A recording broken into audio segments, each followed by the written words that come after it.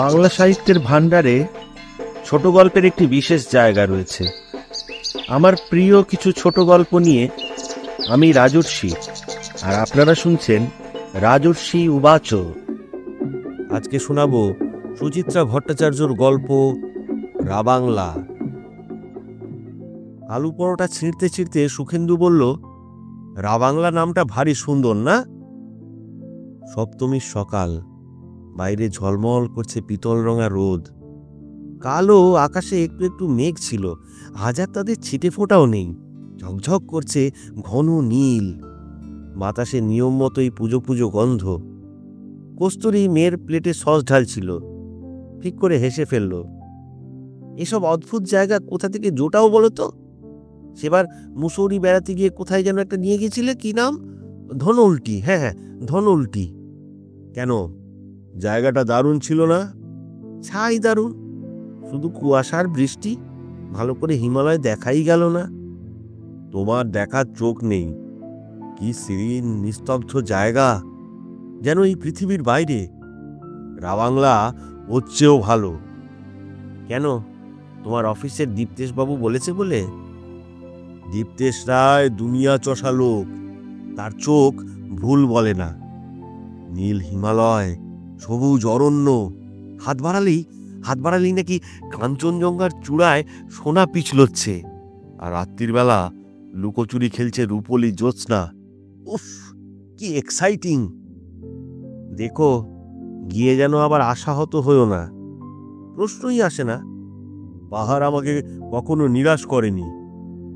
Mixed pickle জিভে ঠেকিয়ে চুকচুক আওয়াজ করছে বুবলি। তার এবার ক্লাস 9, সদ্য চশমা নিয়েছে সে। চশমার মর্যাদা বাড়ানোর জন্য সবসময় মুখখানাকে প্রাজ্ঞ করে রাখে বুবলি। বাবা মার কথোপকথনে সে বিশেষ আগ্রহী নয়। এখনো তার মধ্যে তেমন একটা নিসর্গ প্রেম জাগেনি। উদাসীন স্বরে সে বলল, আমি কিন্তু ওয়াকম্যানটা নিয়ে যাব বাপি। কস্তুরী চোখ পাকালো। কেন, বেড়াতে গিয়েও গান না শুনলে চলবে না? বারে, আমরা কি সর্বক্ষণ বাইরে ঘুরবো নাকি? হোটেলে থাকবো না? বুবলি ঘাড় বেঁকালো। সন্ধেবেলা হোটেলে বসে বসে করবোটা কি? তারপর ধরো ট্রেন তো যাবে ঢিকি। ওয়াকম্যান থাকলে ট্রেনে তাও বোর হব না। কথাটা ভুল বলেনি বুবলি। চতুর্দিকে যা বন্যা হয়েছে এবার, দক্ষিণবঙ্গের 9টা জেলা একেবারে জলের তলায়। ট্রেন ফেন বন্ধ হয়ে একাকার কাণ্ড। প্রথমটা তো সুখেন্দু ভেবেছিল এবার বুঝি আর বেরোনোই হলো না। রোজ কোনো না কোনো ব্যারেজ থেকে জল ছাড়ছে, একের পর এক জায়গা ডুবে যাচ্ছে। এখানে রেল লাইন ভাঙছে, ওখানে ব্রিজ চুরমার, যাকে বলে অকহতব্য ব্যাপার। উত্তরবঙ্গ দক্ষিণবঙ্গ পুরোপুরি বিচ্ছিন্ন। আস্তে আস্তে অনেকটা সামলালো পরিস্থিতি। অন্তত ট্রেন ফ্রেনগুলো চলা শুরু করলো। প্রথম কদিন ঘুরপথে শিলিগুড়ি যাচ্ছিল, সেই কিউল ভাগলপুর কাহলগাঁও হয়ে। এখন অবশ্য ঠিক রুটেই যাচ্ছে, তবে সময় নিচ্ছে খানিকটা। কালও খবর নিয়েছে সুখেন্দু, কামরূপ এক্সপ্রেস 7 ঘন্টা লেট ছিল। তা হোক, যাচ্ছে এই না কত। বেড়াতে বেরিয়ে অত ঘড়ি মেপে চলার প্রয়োজনটাই বা কি? রান্নাঘরে গিয়ে চা চড়িয়ে এসেছে কস্তুরী। বুবলি পরোটা শেষ করে এখন খুব সস খাচ্ছে। বোতলটা সরিয়ে রাখতে রাখতে বলল, রাবাংলায় আমাদের হোটেলটার লোকেশন ভালো তো? হ্যাঁ, বললো তো। যারা এখানে থেকে বুকিং নিচ্ছে তাদের কাছে হোটেলের একটা ছবি আছে, দেখে মনে হলো পাহাড়ের এজে। ইস, নর্থ ফেসিং হলে খুব ভালো হয়। ফায়ার প্লেস আছে বাপি? আছে নিশ্চয়ই। পার ডে 900 টাকা সুইট ভাড়া নিচ্ছে, কি এমনি? পুজো প্যান্ডেলে ঢাক বেজে উঠল। আওয়াজটা শুনতে শুনতে মুখটা কেমন কুঁচকে গেল কস্তুরীর। বলল, ই মা, কি ক্যারক্যার করছে গো? সুখেন্দুর চোখে রাবাংলা দুলছিল। ছবিটা মুছতে মুছতে অন্যমনস্কভাবে বলল, টেপ রেকর্ডারে বাজাচ্ছে তো।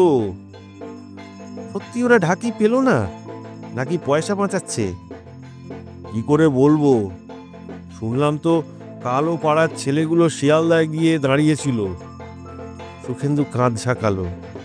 তবে হ্যাঁ, ঢাকির এবছর খুব আকাল। বেশিরভাগই তো আসে মুর্শিদাবাদ নদিয়া থেকে, আর নয় বাঁকুড়া বীরভূম।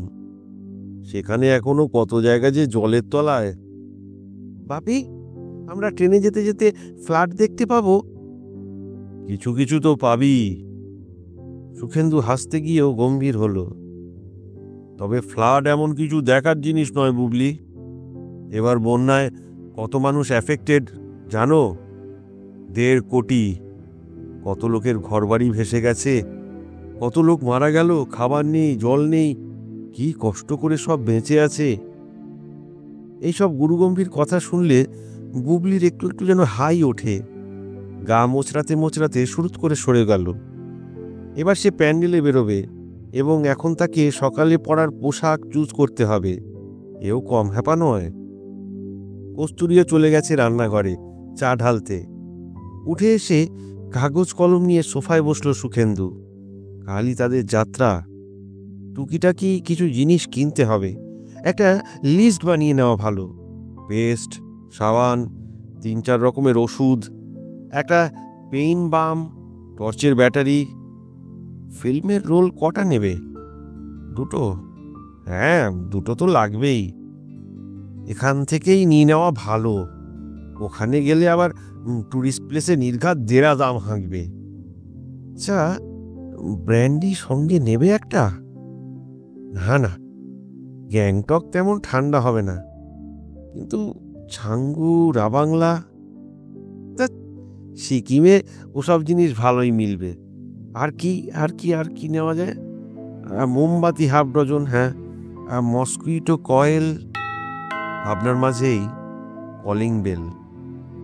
এ বাড়িতে দরজা খোলা নিয়ে অলিখিত আলসেমির প্রতিযোগিতা চলে। একটুক্ষণ অপেক্ষা করল সুখেন্দু। দ্বিতীয়বার বেল বাজতেই বিরস মুখে গিয়ে দরজা খুলল। সঙ্গে সঙ্গে যেন 1000 ভোল্টের শক। সামনে কারা? রথিন কাকা আর কাকিমা। একই হাল হয়েছে দুজনের। রথিন কাকার মুখ ভর্তি খোঁচা খোঁচা সাদা দাড়ি, চুল উস্কো খুস্কো, পরনে খেঁটো ধুতি আর নোংরা বুশ শার্ট। 8 পৌড়ে করে পরা কাকিমার শাড়িটাও অসম্ভব নোংরা। ফর্সা মুখে যেন কালি লেপে দিয়েছে কেউ। দুজনেরই দৃষ্টি কেমন ঘোলাটে। গর্তে ঢুকে আছে চোখ। বড় বড় করে শ্বাস ফেলছেন রতিন কাকা। মাত্র দোতলা উঠেই জিভ বার করে হাঁপাচ্ছেন। সুখেন্দু তুতলে গেল। তোমরা? রথিন দুপা এগিয়ে এসে খপ করে সুখেন্দুর হাত চেপে ধরলেন। ডুকরে উঠেছেন তিনি। আমাদের আমাদের সর্বস্ব গেছে রে বাবলু। রাক্ষসী ইছামতি আমাদের সব খেয়ে নিয়েছে। ভিখিরি ভিখিরি, আমরা এখন পথের ভিখিরি। খুবই নাটুকে ডায়লগ, তবে এতক্ষণে ব্যাপারটা সুখেন্দুর বোধগম্য হলো। বন্যা, আশ্চর্য! এ যেন রঙ্গমঞ্চে রথিন কাকাদের নাটুকে আবির্ভাব। এইমাত্র যে বন্যার্তদের নিয়ে কথা বলছিল, অমনি বন্যার্ত একেবারে তাদের দোরগোড়ায়। অপ্রস্তুত মুখে সুখেন্দু তাড়াতাড়ি বলে উঠল, এ কি, তোমরা বাইরে দাঁড়িয়ে কেন? এসো এসো, ভিতরে এসো। সুষমার হাতে একটা চটের থলি। সেটিকে বুকে চেপে তিনি ঢুকলেন আগে, সসংকোচে। পিছু পিছু রথিন। দুজনেই তাকাচ্ছেন ফ্যাল ফ্যাল, মুখে কোনো কথা নেই। তাড়াতাড়ি তাঁদের হাত ধরে সোফায় এনে বসালো সুখেন্দু। নিজে উল্টো দিকে বসে বলল, হ্যাঁ বলো, কি হয়েছে? রথিন অস্ফুটে বললেন, একটু জল। সুখেন্দু বেশ লজ্জা পেয়ে গেল। ছি ছি ছি, এ কি প্রশ্ন করার সময়? অবশ্য জল তাকে আনতে হলো না। কস্তুরী চায়ের কাপ প্লেট হাতে বিমুড়ো মুখে দাঁড়িয়ে পড়েছিল। সে প্রায় ছুটে রান্নাঘর থেকে 2 গ্লাস জল নিয়ে এসেছে। জলে চুমুক দিতে গিয়ে কেঁপে উঠলেন সুষমা। ঝরঝর করে কেঁদে ফেললেন, আমরা 3 দিন কিছু খাইনি বৌমা। একটিমাত্র বাক্যে গোটা সকালটা যেন আমূল বদলে গেল। একটু আগের মনোরম উজ্জ্বল পরিবেশ পলকে উধাও। বুবলিও বেরিয়ে এসেছে ঘর থেকে। তারও নজজৌ নতস্ত অবস্থা, সেজে গুজেও নড়তে পারছে না। কস্তুরী তাকে চোখের ইশারা করল। মা মেয়ে দ্রুত চলে গেছে খাওয়ার টেবিলে। ক্যাসারোলে পড়ে থাকা গোটাচারে আলু পরোটা প্লেটে সাজিয়ে ধরে দিল রথিনদের। গোগ্রাসে খাচ্ছেন স্বামী স্ত্রী, দুর্ভিক্ষ পীড়িতের মতো। কস্তুরী চটপট খানিকটা মুড়িও মেখে আনলো, সঙ্গে ফ্রিজ থেকে ঠান্ডা দরবেশ। সুখেন্দুর সঙ্গে চোখ চাওয়াচাওয়ি করছে আরও কিছু দেবে কিনা। সুখেন্দুর ভীষণ খারাপ লাগছিল। রথিন তার আপন কাকা নন, তবে তেমন দূর সম্পর্কেরও তো নন। বাবার আপন জ্যাঠতুতো ভাই, থাকেন দেশে, বাগদা থেকে মাইল খানেক দূরে কমলপুরে। ওদিকে এখনো জল থই থই করছে। টিভিতে কাগজে রোজই এখন বনগা, বাগদা, বসিরহাট লিড নিউজ। অথচ সেভাবে রথিন কাকাদের কথা মনে আসেনি কেন? হ্যাঁ, একদিন কস্তুরীর সঙ্গে কথায় কথায় বাগদার কথা উঠেছিল বটে। প্রসঙ্গক্রমে রথিন কাকার কথাও উঠেছিল, কিন্তু কেন যেন মনে হয়েছিল রথিন কাকারা তো মোটামুটি অবস্থাপন্ন লোক, নিজস্ব পাকা বাড়ি, বনগা রোডের উপর অত বড় স্টেশনারি দোকান আছে, জমি জমাও খুব কম নেই, সুতরাং তাঁরা হয়তো নিরাপদেই আছেন। কিন্তু প্রকৃতি যে ধনবানদেরও রেয়াত করে না, এই সহজ সত্যটা মাথায় আসেনি। খুনিবৃত্তি হওয়ার পর মোটামুটি ধাতস্থ হয়েছেন স্বামী স্ত্রী। একটু একটু করে তাঁদের মুখ থেকে শোনা গেল সব। কি ভয়ঙ্কর ভাবে কামান দাগতে দাগতে জনপদের ওপর আছড়ে পড়েছিল ইছামতি, কিভাবে হুড়মুড় করে জল বেড়ে গেল, স্রোতের টানে ভেসে যাচ্ছে মানুষ, চিৎকার, কান্না, হাহাকার। রথিন কাকা প্রথমটা ভেবেছিলেন তাঁদের বাড়ি অনেকটা উঁচু, হয়তোবা এই যাত্রায় পার পেয়ে যাবেন। সতর্কবার্তা পেয়েও বাড়ি ছেড়ে নড়েননি, মালপত্র নিয়ে ছাদে গিয়ে বসেছিলেন। কিন্তু দেখতে দেখতে তাঁর ছাদ অবধি। শেষে উদ্ধার পার্টি এসে নৌকো করে স্কুল বাড়িতে নিয়ে যায় সকলকে। প্রাণ যায়নি ঠিকই, তবে সেখানে এক কণা খাবার জোটেনি। মাঝে একদিন চিড়ে গুড় এসেছিল, তারপর আবার। দোতলার একটা বারান্দার ধনী দরিদ্র, হিন্দু মুসলমান, নারী পুরুষ সব একত্রে ঘেঁষাঘেঁষি করে রয়েছে। চোখ মুছতে মুছতে রথিন কাকা বললেন, এর মধ্যে লুটপাটও চলছে বুঝলি। একদিন মাঝরাত্রিরে নৌকো করে একদল লোক এলো, আমরা ভাবলাম রিলিফ পার্টি। তারা ছুরি বন্দুক দেখিয়ে যার কাছে যা পারে ছিনিয়ে নিয়ে গেল। তোর কাকিমার হাতের বালা, চুড়ি, বৌমার গলার হার, কানের দুল, এমনকি সোনা বাঁধানো নোয়াটাও। সুখেন্দু জিজ্ঞেস করলো, ভোম্বলের বউ ওরা সব কোথায়?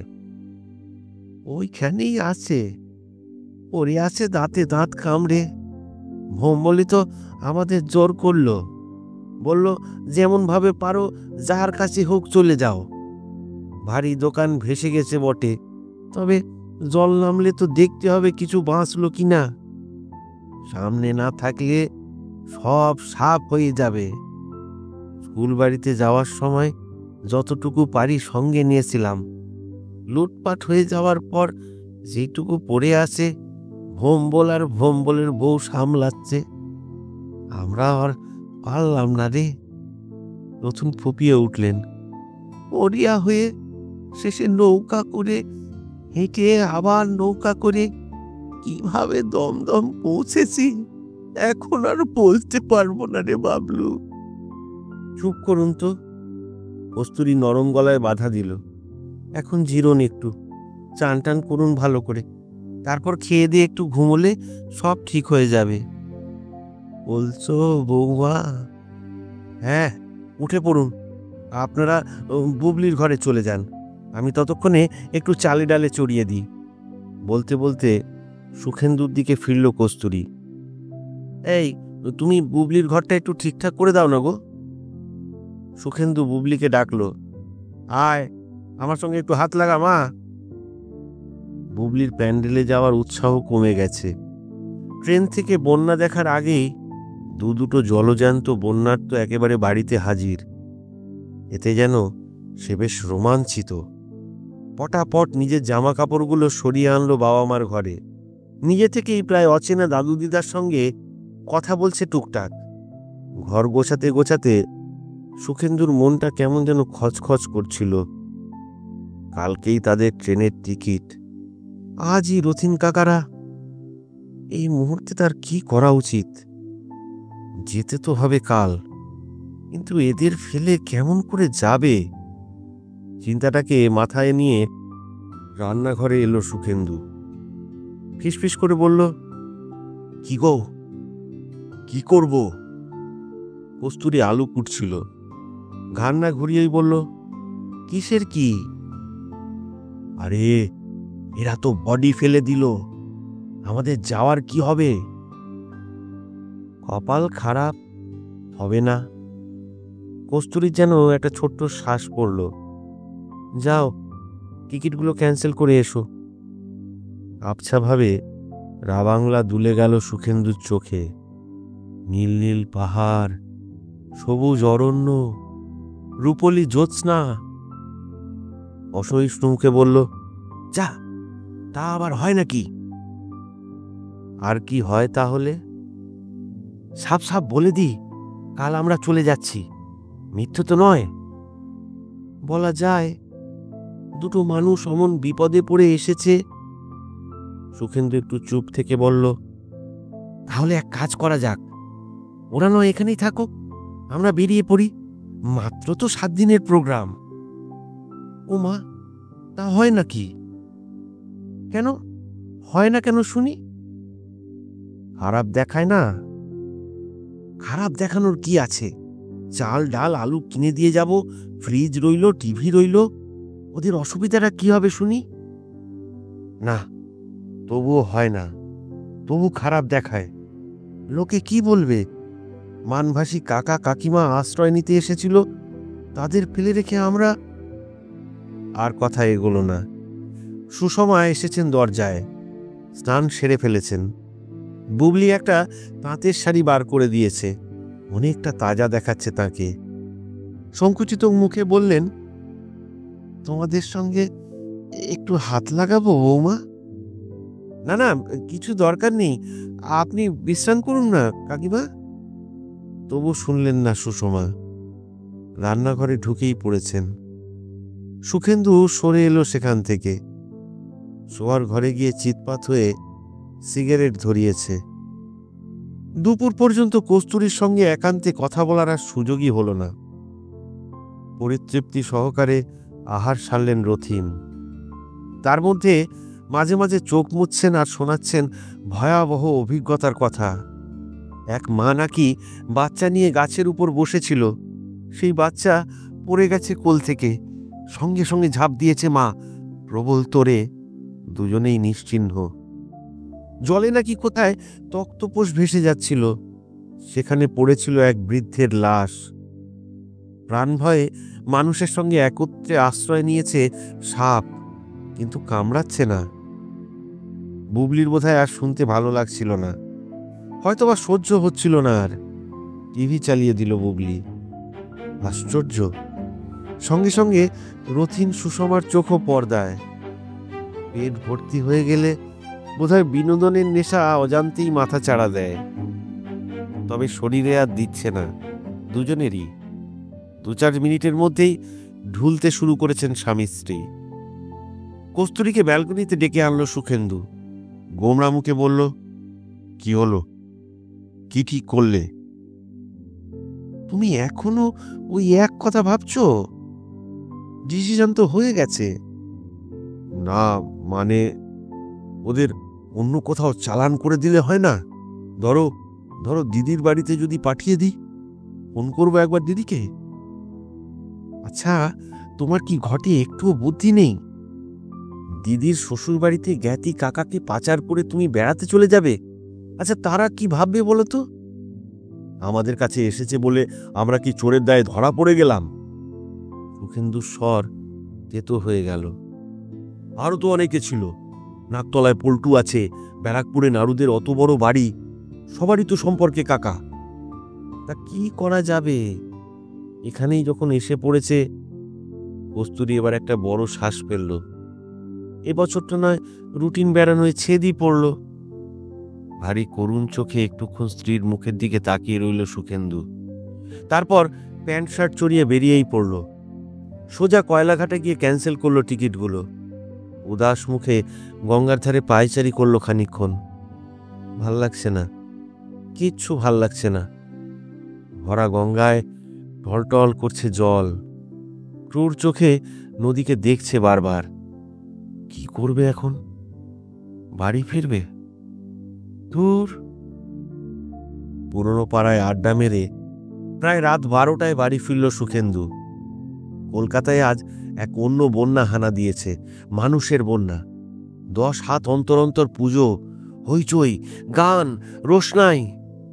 কে বলবে এই শহর থেকে অল্প দূরেই থই থই করছে জল। রাস্তায় কি জ্যাম ভাবস। কস্তুরী দরজা খুলেছে। কোথায় ছিলে এতক্ষণ? এমনি ঘুরছিলাম। বুবলি এসেছে? হ্যাঁ, ঘুমোচ্ছে। আর ওরা? ওরা তো শুয়েই আছেন। মাঝে 1-2 ঘন্টার জন্য জেগেছিলেন, খেয়ে দেই আবার। কস্তুরী ছোট্ট হাই তুলল। তুমি খাবে তো? হ্যাঁ, খাবো। টুকরো টুকরো সংলাপ নাকি টুকরো টুকরো হতাশা? পোশাক পাল্টে বাথরুমে ঢুকলো সুখেন্দু। মুখে চোখে জল ছেটালো ভালো করে। বেরিয়ে খাবার টেবিলের দিকেই আসছিল, হঠাৎই চোখ গেল বুবলির ঘরে। কি ভেবে পায়ে পায়ে এলো ঘরটায়। নীল রাতবাতি জ্বলছে, পাখা ঘুরছে মাঝারি স্পিডে। পাশবালি সাঁকড়ে ঘুমোচ্ছেন রথিন, সুষমা। সুখেন্দু স্থির দাঁড়িয়ে দেখছিল 2 আশ্রিতকে। কি নিশ্চিন্ত নিঃশঙ্ক ঘুম। রতিন কাকার নাক ডাকছে হর হর। কাকিমা একটু কুঁকড়ে মুকড়ে শুয়ে আছেন। এখন আর কারুর মুখে আতঙ্কের ছায়াও নেই। সেখানে এখন নীলাভ জ্যোৎস্না। খেতে দিয়ে ডাকতে এসেছে কস্তুরী। কি দেখছো হাঁ করে? সুখেন্দু বুক ভরে শ্বাস টানল, ছাড়ছে আস্তে আস্তে। মৃদু গলায় বলল, রাবাংলা।